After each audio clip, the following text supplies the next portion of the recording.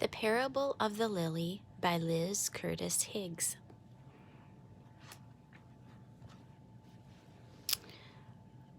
One wintry day, the farmer's young daughter shuffled through the snow, headed for the mailbox at the end of the lane. Brr, it was cold. She peered inside the mailbox and found a small white envelope. Surprise! It was addressed to her.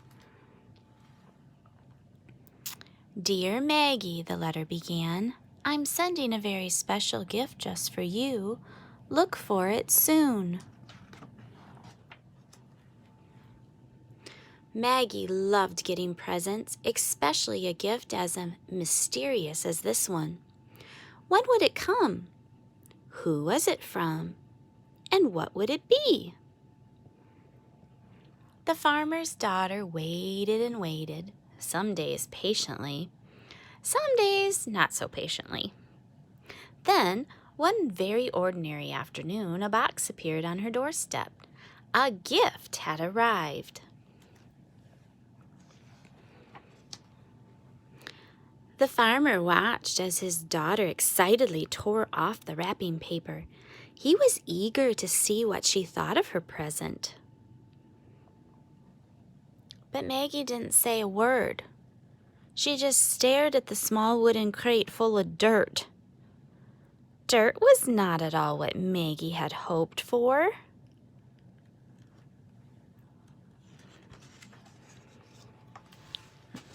Poking out of the soil was a small piece of paper that told Maggie how to care for her gift. Can you read that? Hide in a cool, dark place. Water as needed. When spring comes, bring into the light.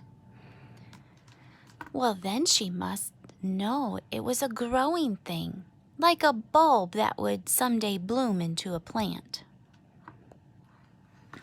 You see what the box says? Live plants.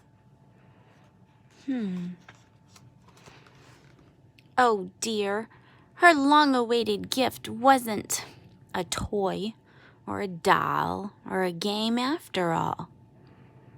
Look at her face. Does she look a little pouty? The farmer could see that his daughter was very disappointed, and his heart grew sad. The gift was from him. Do you see his face? Does he look sad?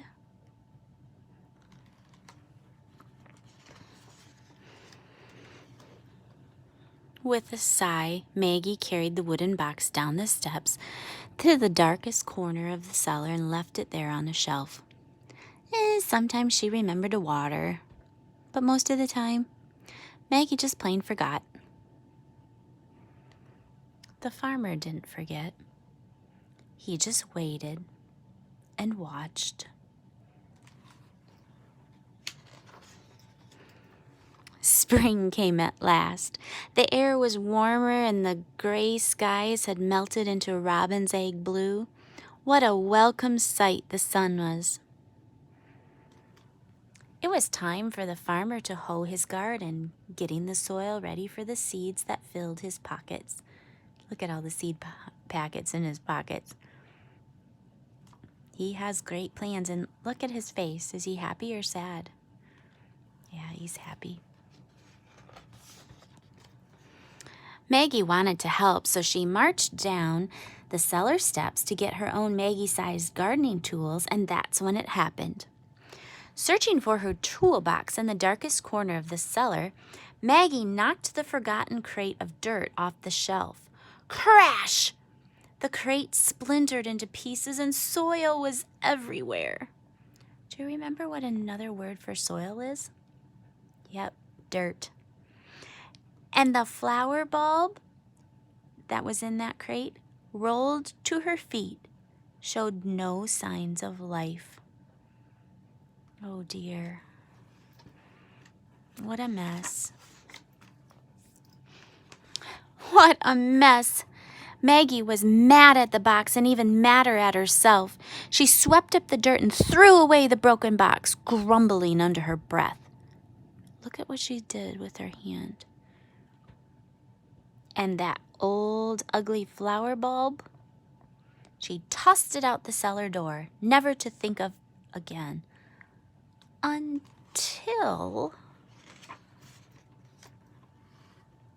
Maggie woke up earlier than usual Easter morning. A warm breeze blew through her bedroom window, and the chirping birds seemed to call her name. Still dressed in her nightgown, Maggie tiptoed out to the garden. She was hoping to find some daffodils or tulips to decorate the table for Easter breakfast. And that's when she saw it. The loveliest lily that God ever made was blooming on the edge of her father's flower garden. Its white petals unfolded like a trumpet. Its leaves were green with new life, and its scent was as fragrant as the most expensive perfume. Maggie knew all at once what had happened. She didn't know whether to laugh or cry or shout with joy. So Maggie did all three at once. "Wake up, everybody! Wake up! Come and see! Come and see! The gift is alive!" Her family hurried out to the garden. They couldn't believe their eyes. So much beauty from such an ugly box of dirt.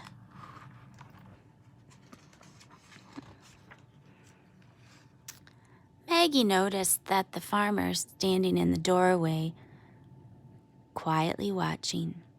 His smile gave away his secret. "Oh, Father, it was you who gave me the lily!" Maggie squealed with delight. Suddenly, her little smile began to fade. Oh dear! She had thrown away her father's gift without so much as a thank you. How much that must have hurt him. "Oh, I'm sorry, Daddy," she said, putting her little arms around his big waist. "Will you forgive me?" "Oh, my child," the farmer whispered, hugging her tight. "That's what Easter is all about." And that's the end.